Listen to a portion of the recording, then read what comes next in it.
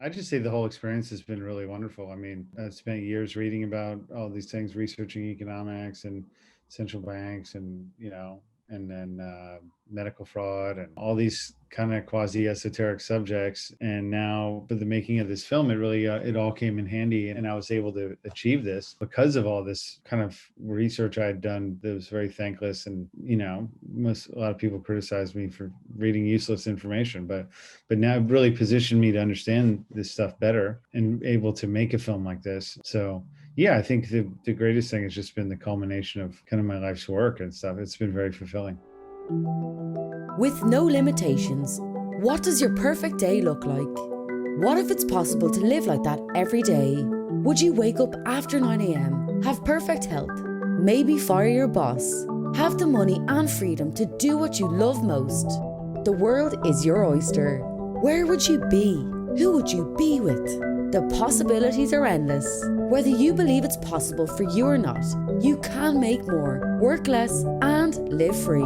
Welcome to Freedom Hack Radio, where entrepreneur, best-selling author, world traveller and adventurer Bryce Robertson and special guests crack the code on money, health, relationships, spirituality, and having fun doing what you love most.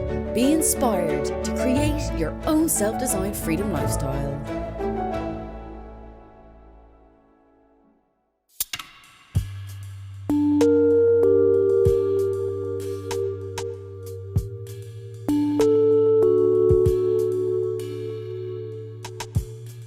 The idea of quarantining the well, this so-called lockdown, is a new invention, and it has no foundations whatsoever, either in science or in the history of controlling epidemics. When you hear lockdown, that ought to set off alarm bells somewhere in the recesses of your mind. It's a control measure, and I think pretty much all that has happened since is to do with control. The COVID-19 narrative started in the mid-spring with this idea that we were going to flatten the curve, or we're going to slow the spread. And the reason of being in need to flatten the curve was because we needed to spread the hospitalization of people. It transitioned seamlessly into effectively a kind of rolling barrage of lockdowns and shutdowns and quarantines and mask wearings. Border closures, school closures, social distancing. There's almost no science behind most of these. We have absolutely sacrificed science and thrown it at the feet of panic and frenzy. In January 2020, another thing started, and that was that there was a test, a PCR test. What we experience at the moment is nothing more than a PCR test pandemic. We have a simple message for all countries: test, test, test. You should not be using this test on people without symptoms. And it's never in the history of mankind and in the history of medicine, there has never been testing of healthy people. And this asymptomatic is a terrifying definition, because if asymptomatic exists, then who is healthy? No one.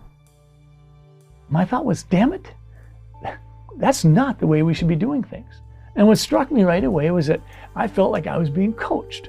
Even if you died of a clear alternate cause, but you had COVID at the same time, it's still listed as a COVID death.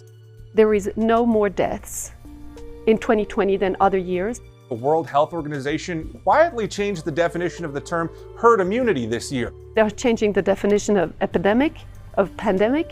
With this change of a definition, it was the tool how the fear was driven worldwide. And they're not stopping the pandemic. They're not stopping this mess.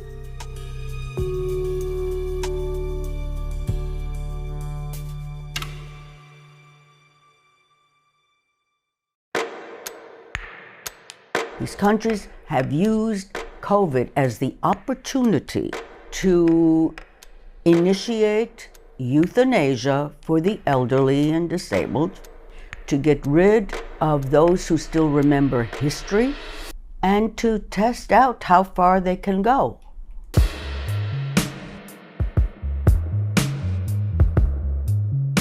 History is really important because the ones who don't know history are doomed to repeat it. Communist system really wanted to separate us, It was not called social distancing, but practically it was the same idea and the same logic. And this is, to me, very similar to the Soviet time where I lived. There was only one meaning. And when you had another meaning, you were declared as an enemy or as a conspiracy theory. Medicine is a big business. Big business means, unfortunately, big corruption. You have people who told me, you shouldn't discuss. This is a bad situation. Everybody must be at the order, saying, okay, this is like that. Meanwhile, you've had big business sort of allowed to continue business as usual, while middle America and the hardworking middle class of this country is just being decimated. Businesses are dying. The entire middle class is very, very close to bankruptcy. We have 100 small businesses on Main Street in a community. You declare them non-essential, shut them down. Suddenly Amazon and Walmart and the big box stores can come in and take away all the market share. In the meantime, the people on Main Street have to keep paying off their credit cards or their mortgage. So they're in a debt entrapment. Basically, now you've got them over a barrel and you can take away their market share. And generally, they can't afford to do what they say because they're too busy trying to find money to feed their kids. This is a very, very serious matter. It has nothing to do with hygiene. It has to do with criminology.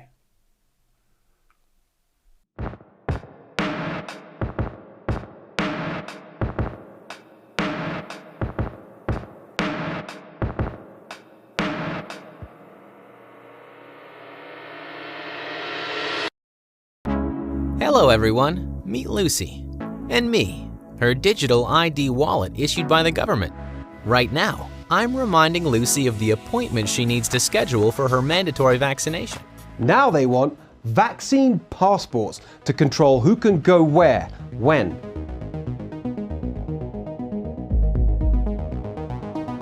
The health crisis has been used to achieve a total control on the economy, on the lives of the people. Once you have the people scared, they will accept everything. They will do that. They are going to tell you you're unvaccinated and you have to get a booster. If you have not been given a chance to get your booster, your full vaccination status will not lapse. There's going to be a vaccinated economy, and you get to participate that. And that's just the way it is. We've got to accept that this is the new world order. You don't need vaccine passports. They provide nothing whatsoever to you or anybody else in relation to safety, but it will give away to whoever controls that database and the rules complete control over everything you do. Are we somehow fueling the very system that is harming us? If you've decided someone or something is so important that you give up your liberty, re-examine that decision and claim your liberty over whatever that thing is. The only option we have is to try and live in conscience, realize this whole tyranny, this whole circus is absurd, that it is immoral, and to opt out from it. What is more important? That everything is quiet and you don't have problems? Or whether you have more problems if you don't say it? What I would say to the middle group of people who are saying, I know that this is wrong, but I'm afraid. So this is your moment to stand up for your country, to stand up for your friends, your family, your community, your state, your country. Courage is still having the motivation to fight when the odds are stacked against you. I hope that the conscious citizen will go on to fight, to regenerate the society and all the world. I hope that they will rise up people with common sense to resist the new forms of dictatorship in the Western world. Civil disobedience, boycotting the businesses which are asking for the Green Pass, going down on the streets with rallies and protests and fighting them in court. We do not comply! We do not comply! We do not comply! We do not comply! We do not comply! We do not comply!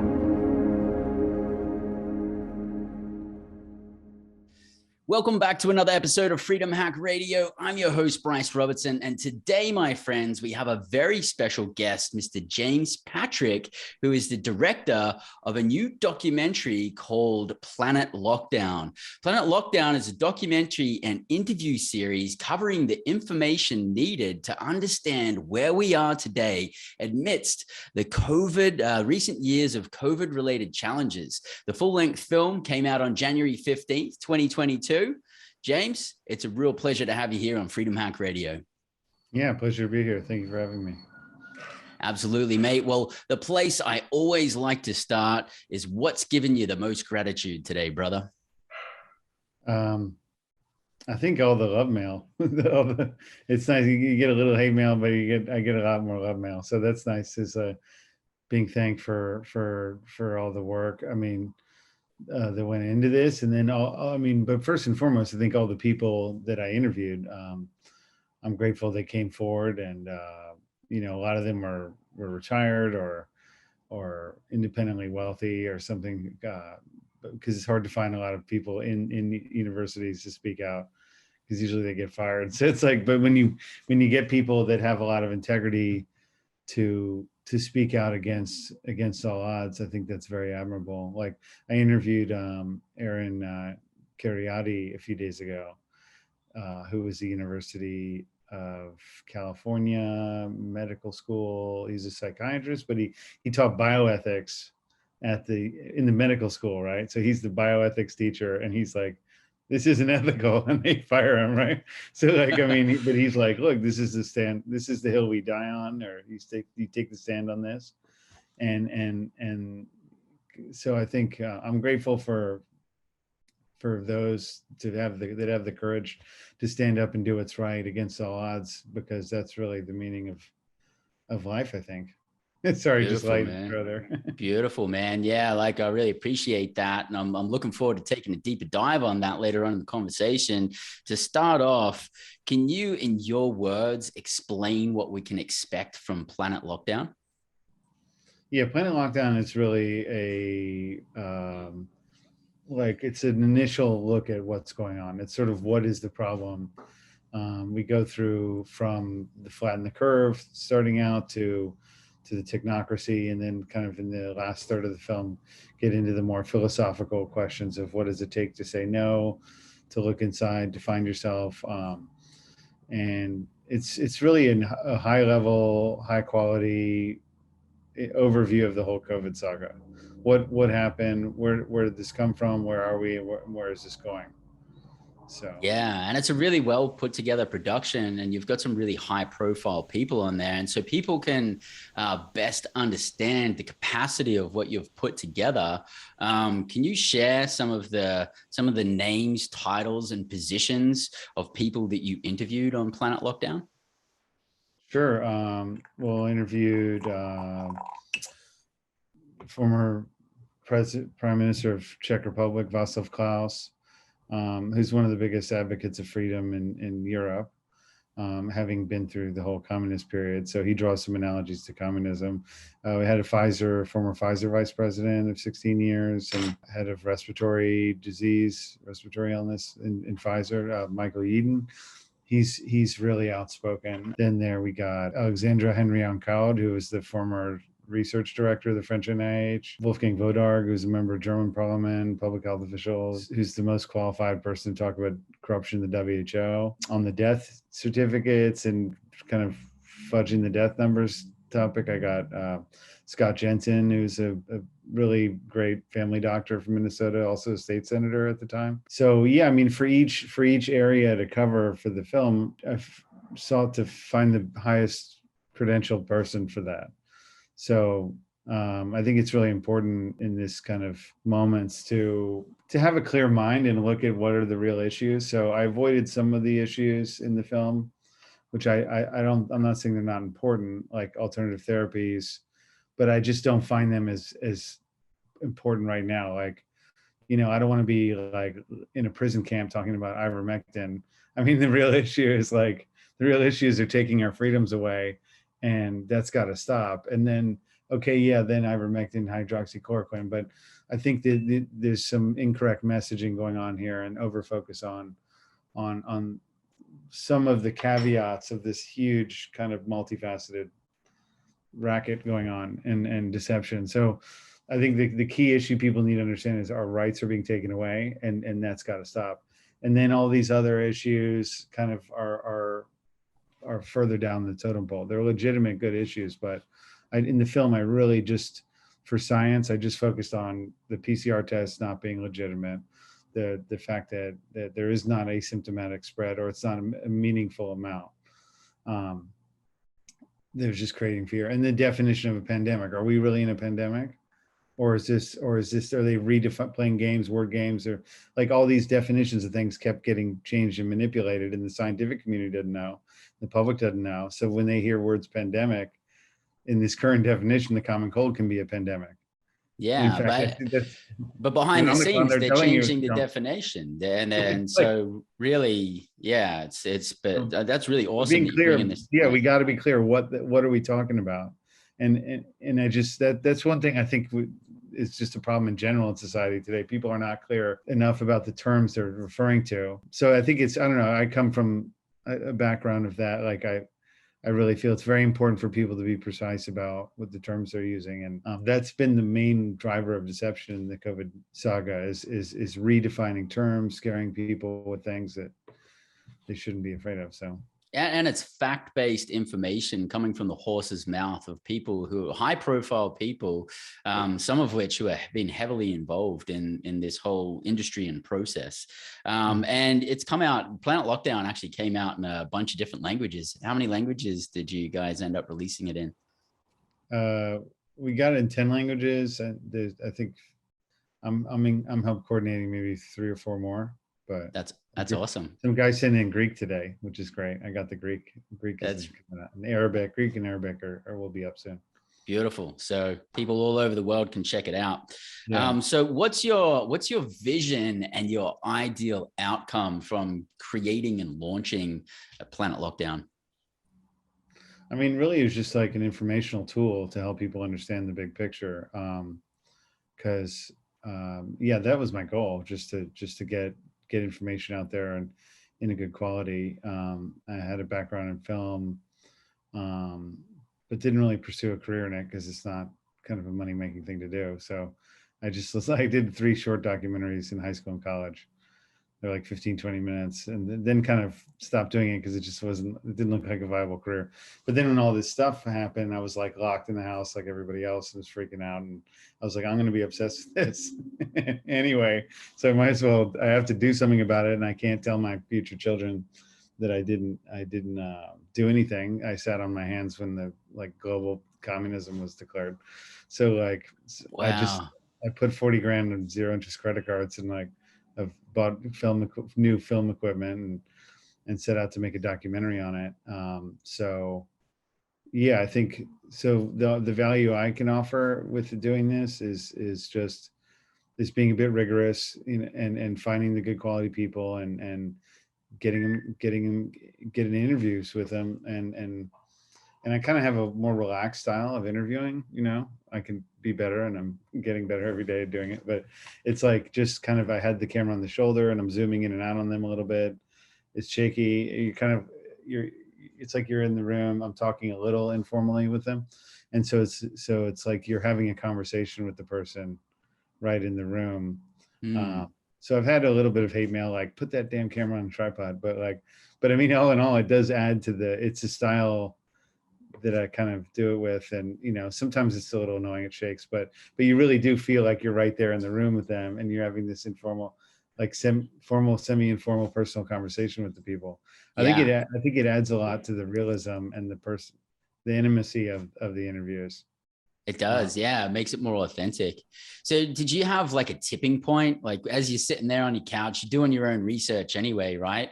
But, there must have been something that inspired you to reach into your pocket, pull out your credit card and throw down 40 grand to actually start this project, which is really awesome. And I take my hat off to you for doing that. But was there some kind of breaking point or tipping point where you're like, all right, I got to do something about this. I can't just sit back and watch all this stuff happen around me. Yeah, I mean, these bastards are taking my life from me. Like I had my whole life planned to do things, and it just totally, pull the rug out from under it and bankrupt everybody and screw everyone over. And I mean, you can't travel around freely. They're putting all these restrictions everywhere. I mean, I was in Spain at the time, and like they just like were locking the country up, and I rented a car and got out of there the day before they locked Madrid. I don't want to get stuck in Madrid. I mean, Spain was a prison, dude. I mean, Spain was awful. Like through this, they were even like harassing people who went to the grocery store to just buy one item just so they could get out of the house. They would like castle you on the street for taking a walk. So you're allowed to go to the grocery store, and then like, oh, if you just went for one item, they put cops outside the grocery store to hassle people how many items they're buying. I mean, it was just like, wow. And Latin America was doing the same thing. They said, oh, men and women can go out on different days and different time windows. I mean, like, what the hell does that have to do with the virus? So, I mean, everything that was going down in the COVID thing had nothing to do with the virus. First of all, is the lockdowns. That was shady as hell. I've studied economics, and like, there's no viral rationale to locking everyone down. That didn't make any sense. It's a prison term. You lock down prisoners. It is. And so within 3 days of it, it hit me like, okay, this is an economic takedown measure to take down small, medium-sized businesses, consolidate wealth, consolidate the markets. They had years and years of inflation and ballooning asset prices that needed to decline. They was ready for a correction. And by having a viral thing, you kind of, it created a great cover for a collapse. And then they went and inflated it even more. So, I mean, it's the same old scam again and again under these covers. But, so I mean, first it was the economic, then I came back to US, and then I was like really frustrated. I started seeing from within a week, the vaccine narrative started. And then within 3 weeks, I started seeing all these immunity passport companies getting funded, and their promo videos were up on YouTube, and like promoting these vaccine credentials. And then Gates saying, okay, eventually we're going to have a vaccine credential, a digital ID. And then seeing all this interest in digital IDs. So the push for global digital ID seems to be one of the main motives of this, to really tag everyone on Earth like a cow. A cow?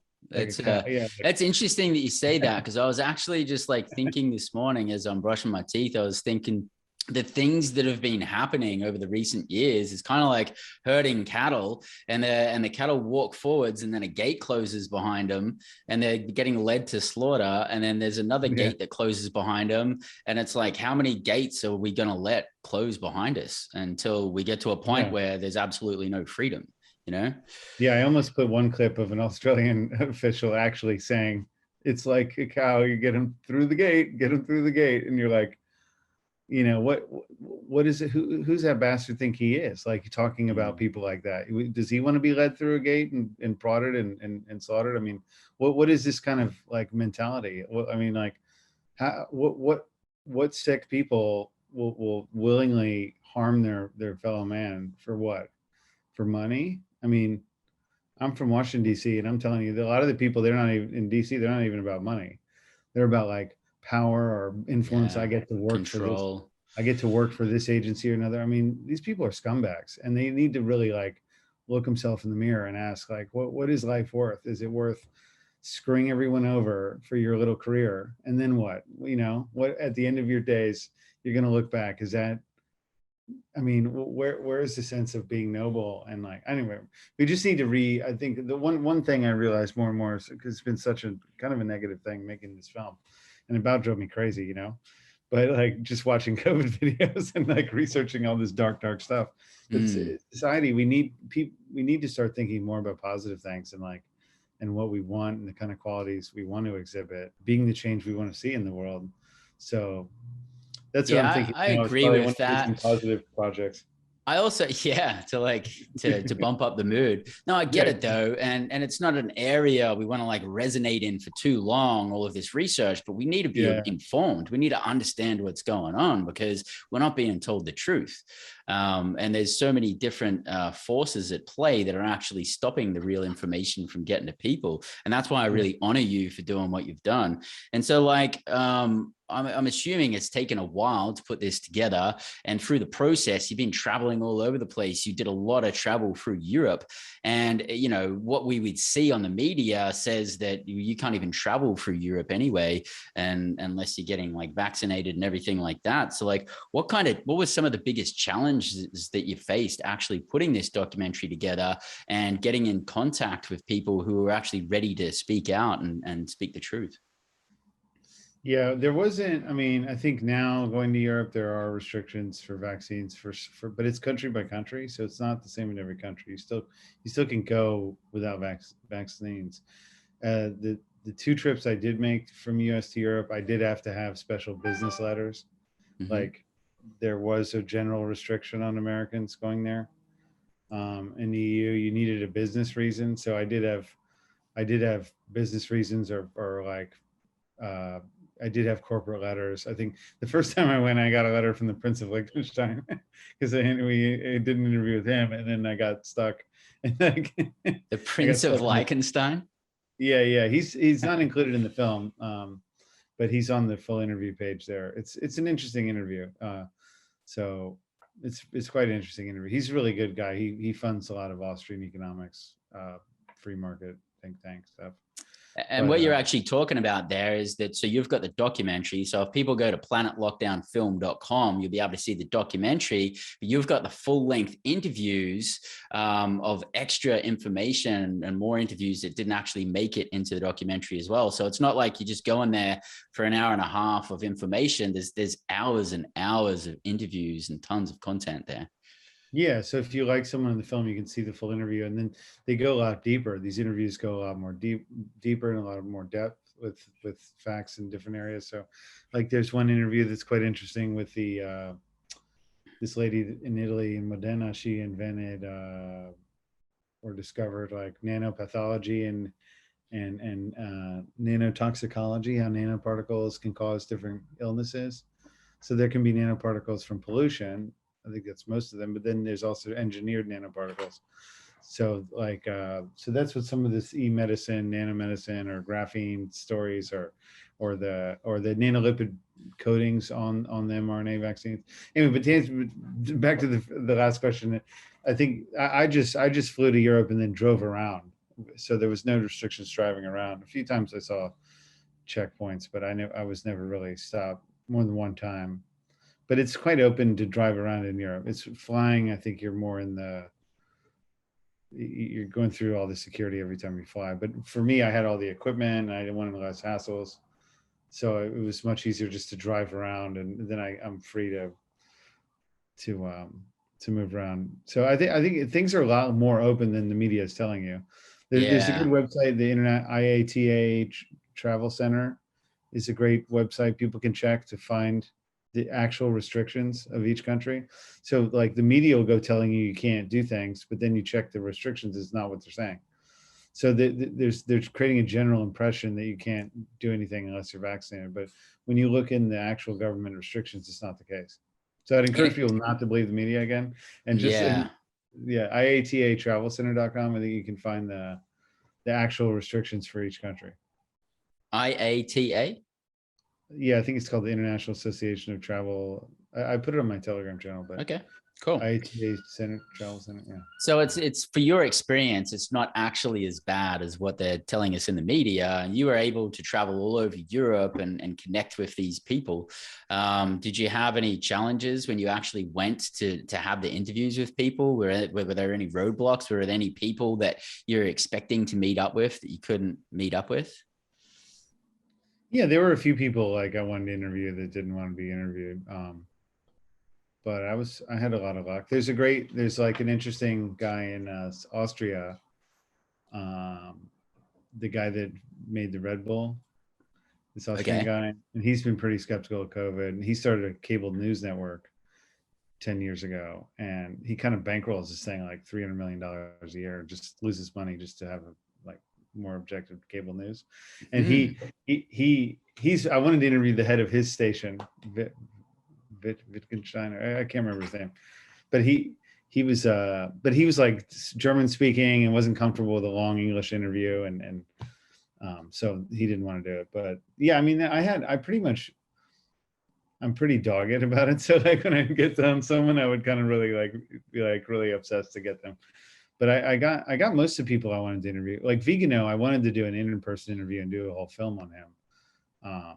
But I was only able to get a remote interview with him. But that's a pretty interesting interview. It's a little boring with the format of a Zoom or like, you know, a remote thing, but it's not as good as an in-person one. But that's quite interesting on the last 250 years of history leading up to this. So he's coming from a like hardcore Catholic perspective. But him and Bishop Schneider have a really interesting, I'm not Catholic, but it was interesting to me to find these guys that can articulate another piece of the puzzle from their point of view. Yeah, it's so interesting to see it from like so many different angles. And I think you've got a good variety of guests or people that you interviewed for Planet Lockdown to really like cover a lot of bases from a broad spectrum. A lot of really intelligent people too. So, you know, you've talked about some of the challenges that you had when you're actually making the film. Have you felt the force of like anybody trying to stop you or like cancel you, especially in like putting this out there? Is there like certain things you feel like you can't say or any restrictions from that point? Yeah, I mean, YouTube and I mean, they censor you, and then all the main platforms censor you and don't never tell you why. They just cancel you and then send you some amorphous shitty email talking nonsense. Like they say, oh, you know, it's medical misinformation. Like I interviewed the head of the Austrian, like the Fauci equivalent of Austria, the head of the you know, Austria. I interviewed the guy and they said, oh, it's medical misinformation. I mean, it's the most like mundane interview. It was not a lot of controversial stuff in there. And they canceled that. I think just because it was an interview I put on, because now they cancel, they censor most of the interviews I put out.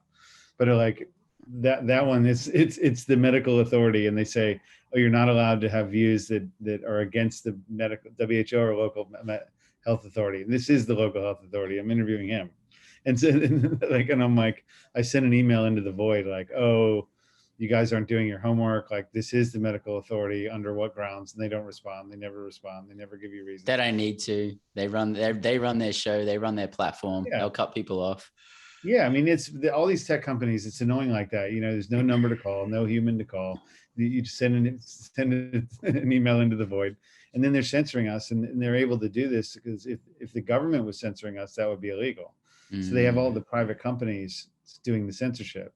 It's like in this whole COVID thing, they got this all tied up in a bun because they're doing all these illegal things, but they're doing them in legal ways through the avenues. So they got like, and I've had a lot of hit pieces, you know, I guess some foundations, there's a shadowy interest hired Media Matters. They did attack these, then Washington Post and Forbes magazine.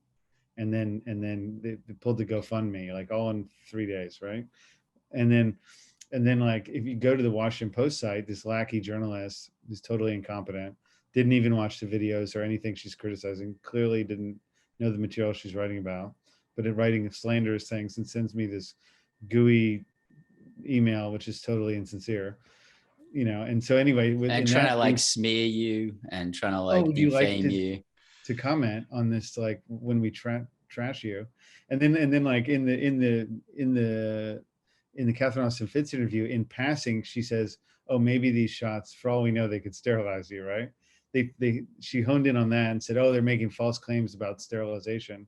And like here, this link to the Johns Hopkins website that clearly shows they're not. You go to the link. The link is some PR site. It has no factual information. It's making all kinds of false claims. To say these shots would not affect your fertility requires a stage 3 trial. There has not been a final trial that would determine that. And yet this Johns Hopkins PR site is making a bunch of unfounded claims. So you see the maker of the vaccines can't make those claims because then they'd be charged for criminal things. But Johns Hopkins can put up a PR website saying that. It's not sponsored by the vaccine companies. Yeah, so they got like, you know, they had the Johns Hopkins scientists didn't write that page. That's a Johns Hopkins like public relations type person wrote that page, making unfounded claims But you see, they can make an unfounded claim and then they're not going to hold responsible, but the drug company can't. But I don't know, this Bloomberg is very big in this whole scam. He gave $1 billion to Johns Hopkins in 2018 or 2019. And then he's basically, Johns Hopkins runs this fraudulent data network where they have all the COVID cases. So all the public health authorities in the world report to this system and refer to it for policy decisions. So from day one, I was watching that, not knowing if all this was suspicious, but you should go to it. Everyone should know this site. And it's like, that site is driving the fear and the paranoia. It's this black web page with all these red dots and red numbers all over it. And what's it called? It's called the Johns Hopkins COVID Data Center, or I forgot the exact name. But it comes right up when you search for it. But this, the Johns Hopkins is very important to this whole thing. And this Bloomberg character, in 2010, he went to this meeting with Rockefeller and Gates and called the Good Club. And they were talking about how the population's too high. And so there's a clear collusion going on here. And they're getting the private companies to do the censorship, Johns Hopkins making the false medical claims. The media is just attacking everyone in sight that raises a fuss. They got basically the White House and the CDC marketing the vaccines, but not the actual producers of the shots. So they've got all the different entities that are basically all working in unison, but all the different entities are doing the things that they can legally do that in normal circumstances they wouldn't be doing things like that. So and then the compound effect on that on the general public is there's a lot of people like self-policing too, self-policing things that they're not really well researched on, that they don't really understand. And I know that, the media wants to smear and kind of crush anything that doesn't go with the mainstream narrative. Yeah. What's some advice you could offer to, those who are categorizing anything outside of the mainstream media's narrative as a conspiracy theory and that has like a negative connotation to it? So what do I advise people to deal with criticism? Well, just, there's people out there that believe when they hear when someone says, oh, well, that's conspiracy theory. So many people just throw the concept in the bin. They won't even look at it. They won't even check it out. How do we help bring some awareness to people who actually still are relying on the mainstream, who's clearly lying? It's the facts and data are just abundant all over the place. We got to meet everyone where they're at. I don't think we can. It's hard not judging people for being mindless, but we got to meet people where they're at and not get angry with them or pick fights with them. As frustrating as all this is, I do think it's important to have some empathy for people wherever they're at and waking up to the problems we face, because it's not easy to roll out of bed and say, oh, some really bad people are running the world and do not have our best interest at heart. That's not an easy cookie to swallow, and I understand that, and I have empathy for those that haven't yet gotten their head around it. Yeah, it is a big concept, man, and I suppose if people go from their current consciousness, if they don't understand what's going on and they're believing the media, to then being open to the fact of what's really going on, pretty much defunks everything that they understand about the structure of their societies. And so they pretty much have to start from scratch. And I know for some people, just to have the flash of that thought is probably too much of a thing to handle. So, especially if I had one guy contact me, he was in medical school. He was 3 years in medical school. And then now they're like, well, to continue the fourth year, you took out all these loans to go to medical school. You got to get injected and da-da-da. And he's like, I don't have a choice. I got to do it. Or someone who's invested a 20, 30-year career in some field. And then the whole environment shifts around and you're like, do I just abandon my entire life I spent my whole life working on? That's a lot. That's a lot. So I think we got to have empathy for people who are stuck in these positions. But I think don't worry about what these people are saying. And don't let it get to you. And it's easier or more difficult for certain people, but it doesn't matter what people say. What matters is if you're a good person, if you're if you have good relationships, you treat people well, you stand by your word, you're ethical, and you know, I would encourage people not to be a part of a lot of activities that are unethical and potentially killing people. Yeah, I mean, totally. It's not worth it. I mean, it's not worth the money, you know. No, absolutely not. Absolutely not. So, you know, what were some of the most important pieces of information that came out through interviewing all of these people? You know, what are some of the most important data points that you guys found out through putting this all together? I mean, I guess the stuff in the Catherine interview was probably the most eye-opening. I thought it sounded a little crazy the first time when I did the interview, but as I as I looked into it, it unfortunately came true. But then there was, I think, I guess this technocratic sort of build out was pretty shocking. I wouldn't have thought anything like that would have been possible so quickly. I think some of the perspectives of Lillian held Koam about globalization, and that basically we're kind of already living in a world government, but we kind of think we're in countries. There's this sort of integrated corruption. How else would they get all the governments of the world to behave the same way, saying the same talking points, doing the same policies the same days? I think a lot of that has to do with IMF, World Bank. Loans are predicated on compliance to COVID insanity. You know, I don't know if everyone knows this, but like there's these two UN agencies. So a lot of the problem is, I mean, I think you have these like international bankers, and then the United Nations is their plaything, and then you have WHO as this health department of UN, and then you have like International Monetary Fund and World Bank were built after World War II to rebuild Europe, but then sort of in the 70s they redefined the institutions after they rebuild Europe to like basically, I don't know, help develop the world, and then it's really used as this kind of bribery mechanism for third world dictators. So say, hey, you know, we got free money, you know, you can have some money or take a loan. If you push our agenda, or if you follow what we want to roll out. Yeah, they'll say like, well, they'll indebt the country. They'll give a huge loan to these third world countries. Then typically, depending on the region, they steal different percentages. The leader will steal like half of the money, and then the country has to pay the loan back. And they don't have them. They're designed not to be paid back. And so then the country goes in debt, and then to get another loan, they'll say, oh, okay, well, cool, we can give you another one. And then they go deeper and deeper and deeper. And then the countries, they say, oh, well, we want a concession now. You know, if we're going to give you another one, we're going to want to have like, you're going to have to let Monsanto in there to like control your grain supplier. You're going to have to let this other company in there, this other company. So these big multinationals are kind of sitting in the same portfolios of the guys that are running the whole thing. And so they'll just go like, they'll go and cripple a country. The little dictator, the few ruling families that are on the take on it, you know, do well, but the whole country's saddled with these debts.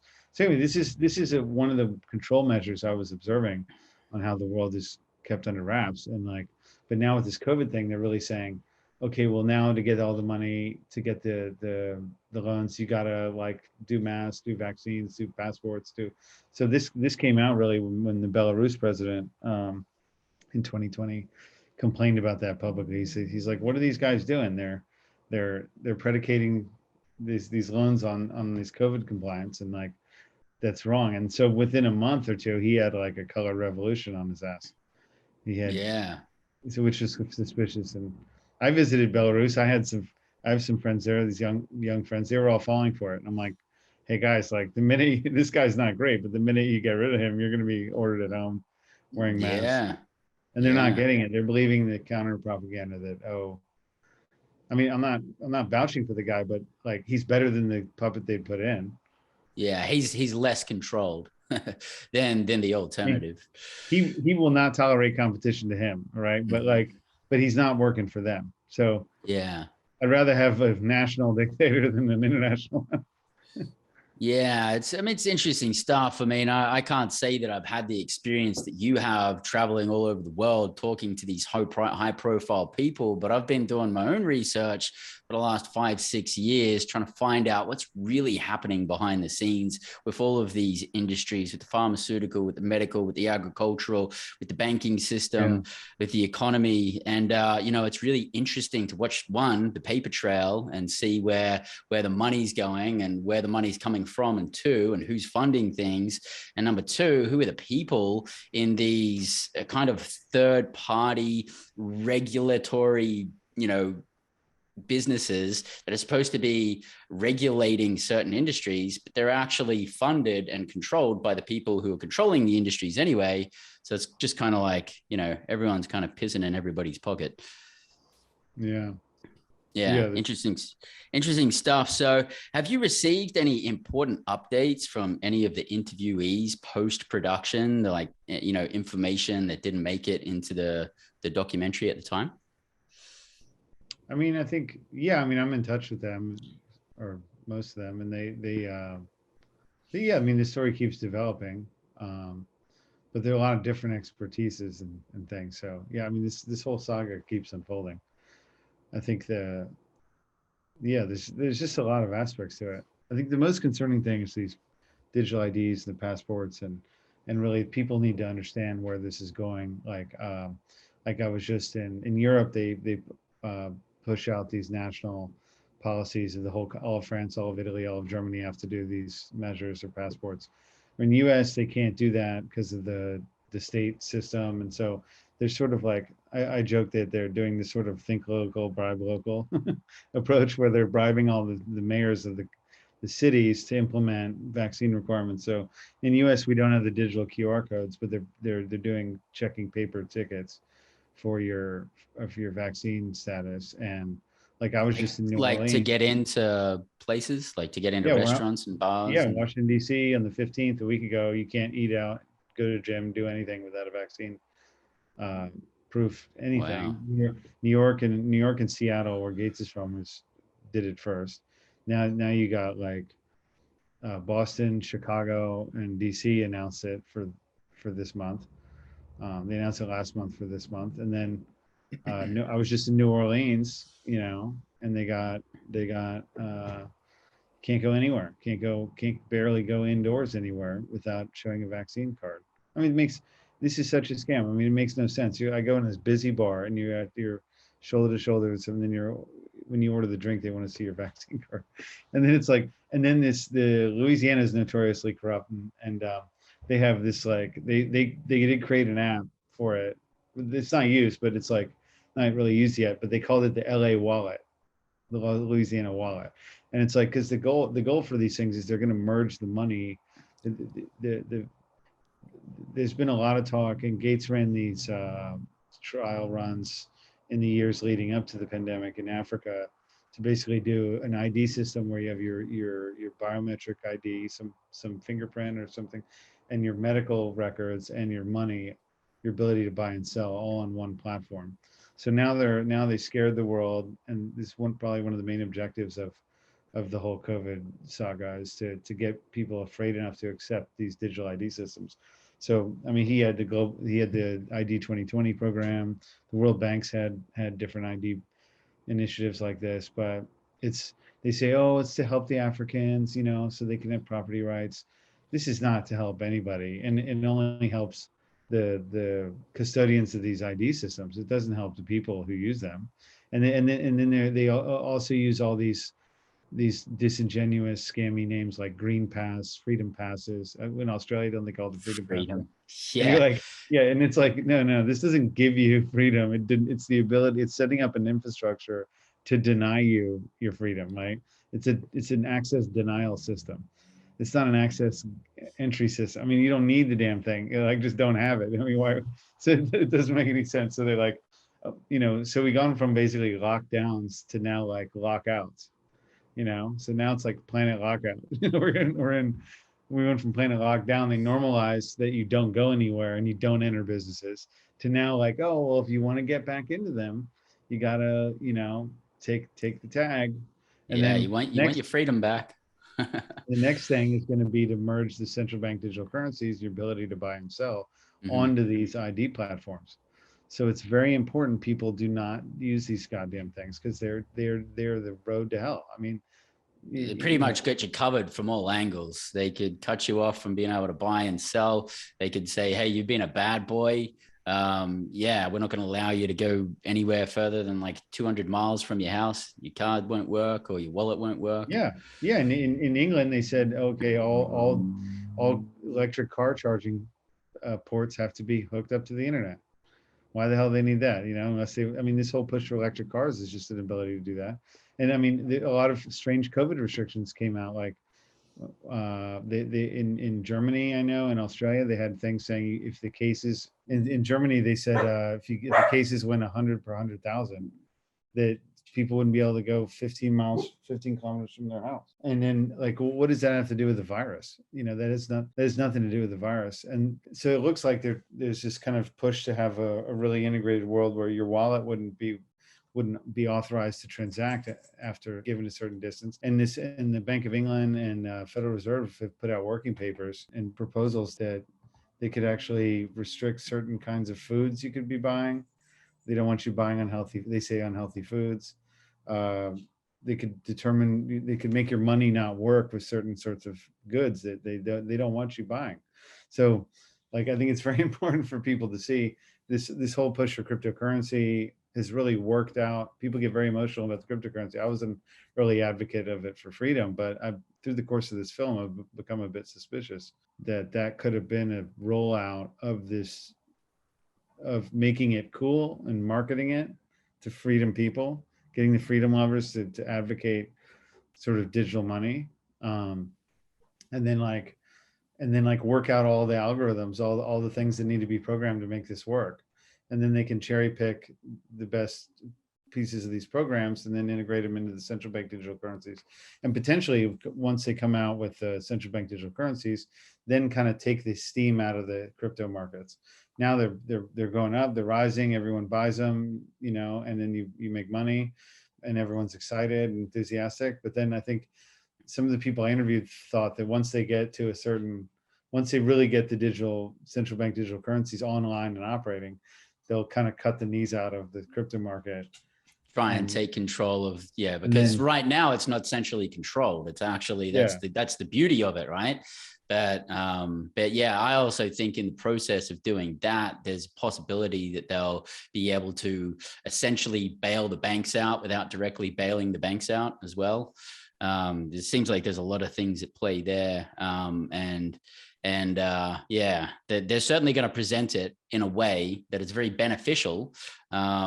And we should even be maybe a little bit suspicious at some of the things that come out that are so beneficial for us, that have so many free things to them and benefits to them. Yeah, I mean, there's certainly good things about the cryptocurrencies and all this. I'm not against it. I mean, technology can be used for good or bad. It's not inherently bad, but I would say it is concerning, given what's going on now, given the push for the central bank digital currencies is a really primary objective of the central bankers now, and the fact that I can't remember what I was going to say. Sorry, there was like about and that we could be really digging our own grave with it.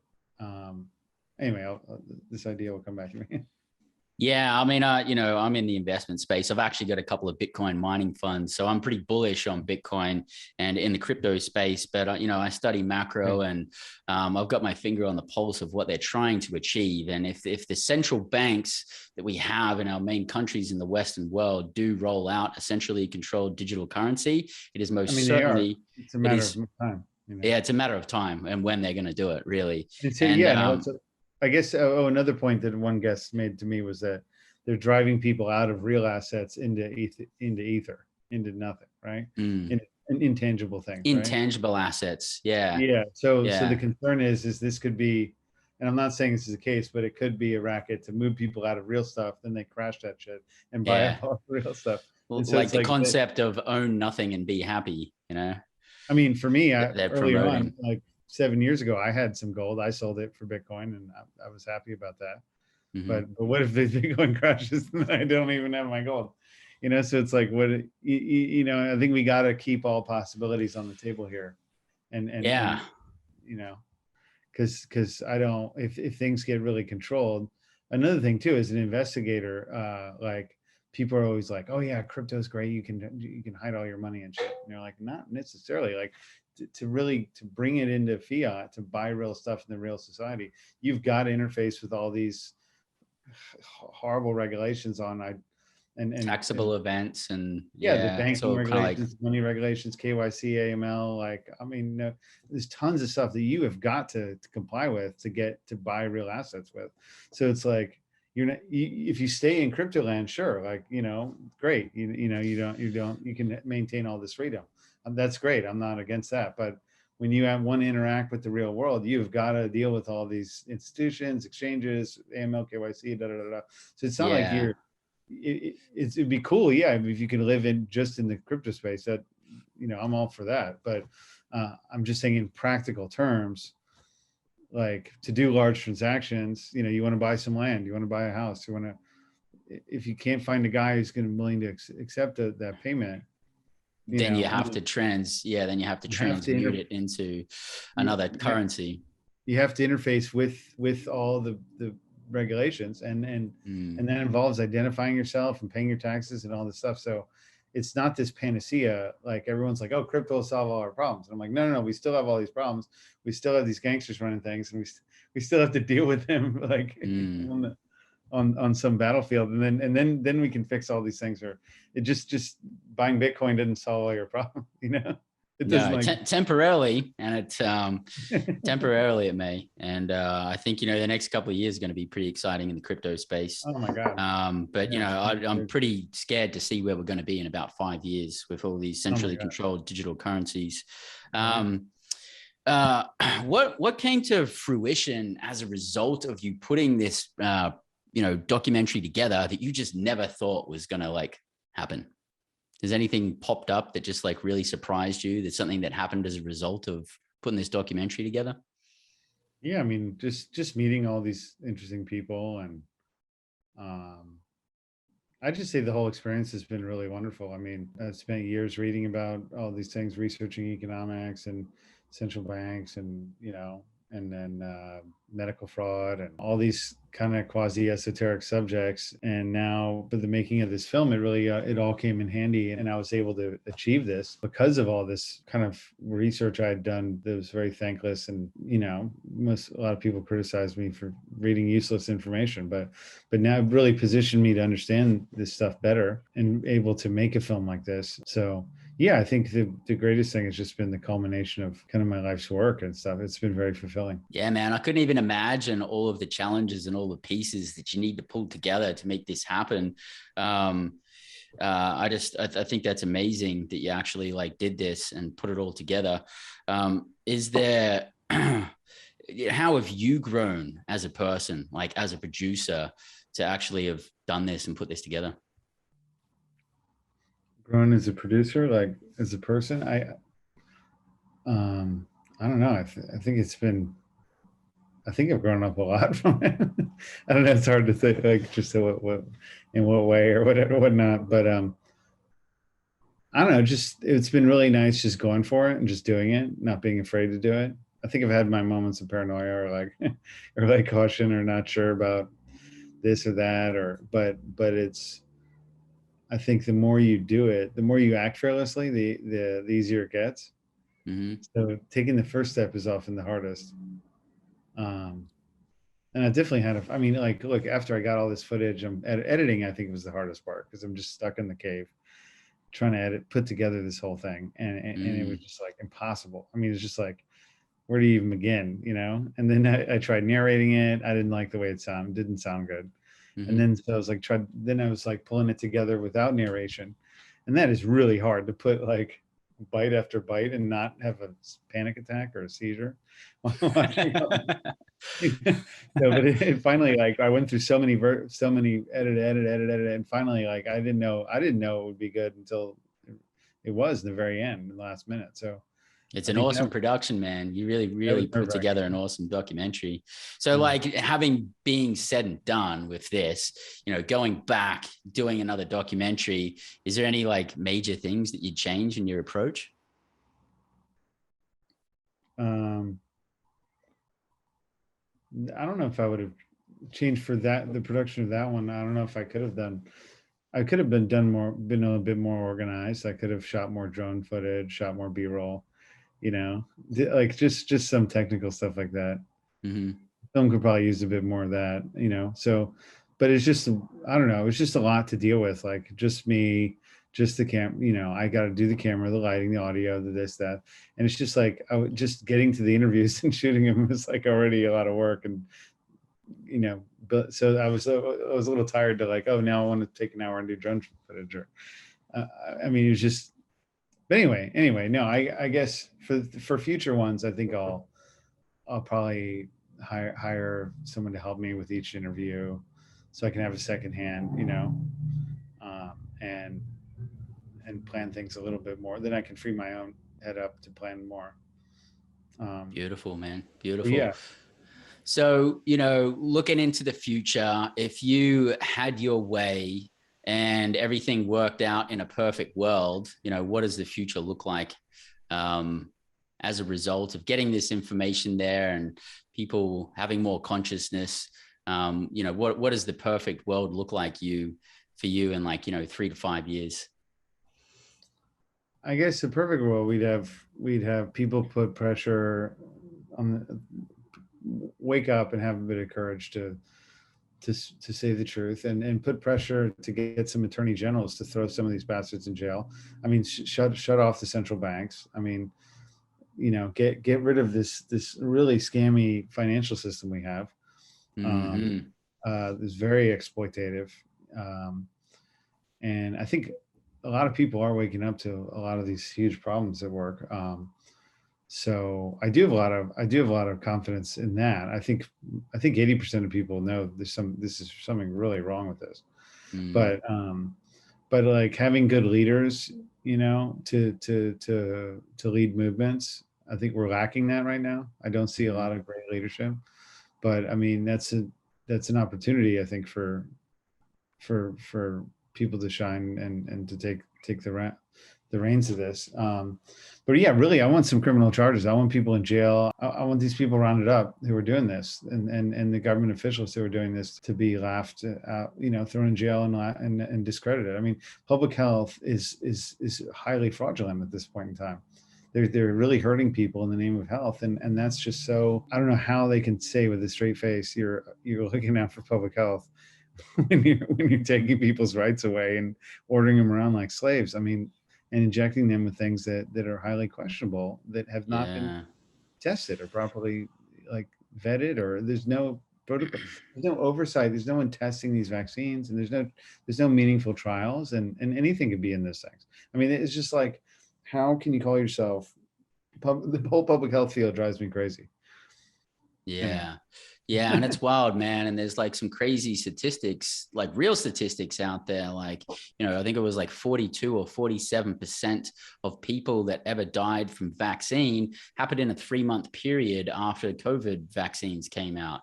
And, you know, there's all these videos of people, professional sports players, like dropping dead on the field and like dropping down and getting taken off the field after having vaccinations. None of that stuff's like making it into the news. All of this information's being withheld. It's quite mind-boggling when you actually see the real information behind the scenes. So on the flip side of a coin, talking about a non-perfect world, what scares you the most if a lot of the, you know, agendas that are being attempted to be pushed out right now come to fruition? What scares you the most about that scenario? I guess just people being like zombies and just not really thinking for themselves. And because the meaning of life is really, I mean, we're here, I think we're really kind of incarnated here to express our individual, we're each on a journey here to discover who we are and express who we are. And so when we're not in touch with our own individual personality and characters, and, you know, it's like I guess the loss of individuality, I find the scariest thing, or like the most ugly thing to see is people just going along just kind of in a zombie state. Yesterday I was walking on the street and this lady was like, oh, she's looking around for someone on the ground. I was like, what'd you lose? And she's like, oh, my earbud. And I was like, you know, those things just beam through your skull. Like, don't wear those things. And then she was like looking at the phone, couldn't even hear me. So it's just like, I mean, people like desensitize out of their own, they're not present with the world, and they got all these devices and things that are zoning them out. So yeah, I think it's important for people to unplug from these things. You know, God knows I could use it, and then live your life and be present with your own soul and your own sense of self, and then share that with others and have fulfilling relationships with others. Yeah. And some of these things they're like a gift and a curse, like the internet. There's so many amazing things that we can do. We're doing this right now for the internet. Then there's so many other things that come along with it. We got to be careful for, and we have to be conscious of, and we have to kind of like think ahead and see where's this really going in the future. And I think it's important that we have strong consciousness. So, you know, what does the ultimate freedom lifestyle look like for you? What does it look, smell, and taste like to have an ultimate freedom lifestyle? Ultimate freedom lifestyle, like what is freedom, or what is the lifestyle? To you, like if you were to explain a perfectly free life, you know, what would that experience be like?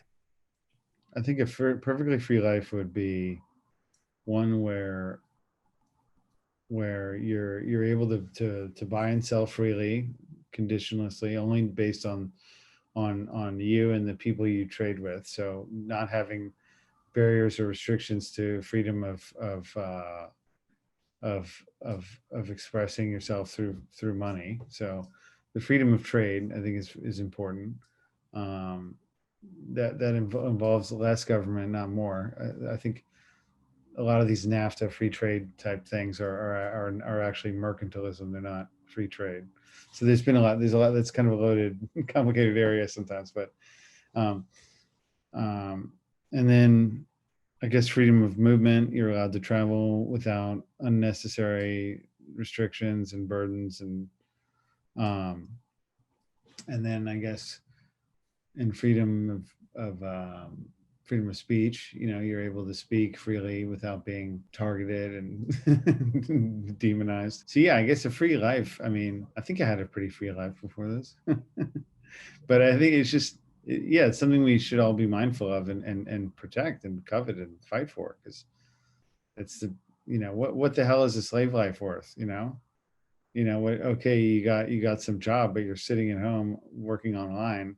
You can't do anything. You can't go anywhere without some crazy paperwork thing. I mean,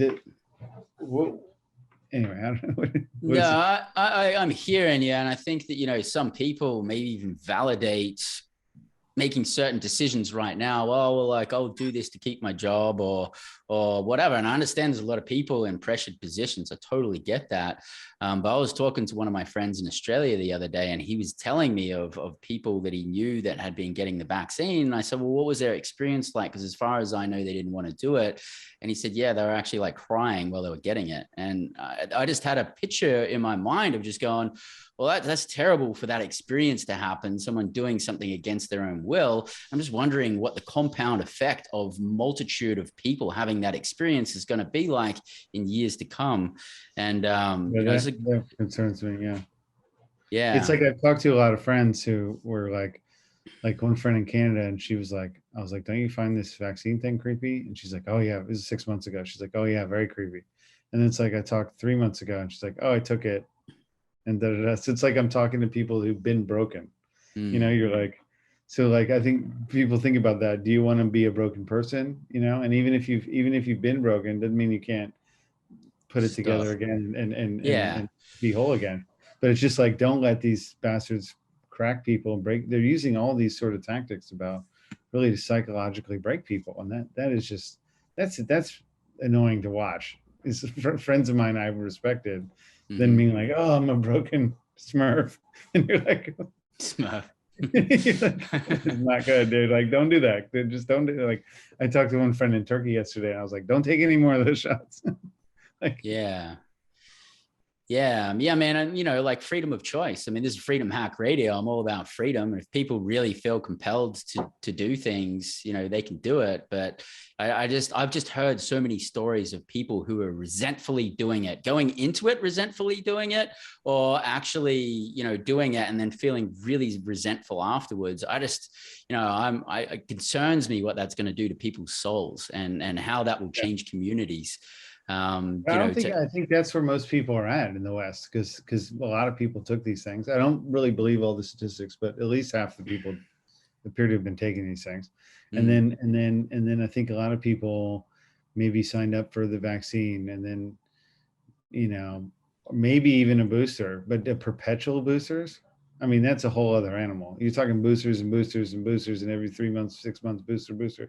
I mean, that isn't something that people signed up for, so that could be a real turning point, that's the gates closing on the cattle. And recently I think it was the president or the prime minister of Israel was actually saying, yeah, you guys shouldn't be taking these boosters if you want to keep your immune system healthy.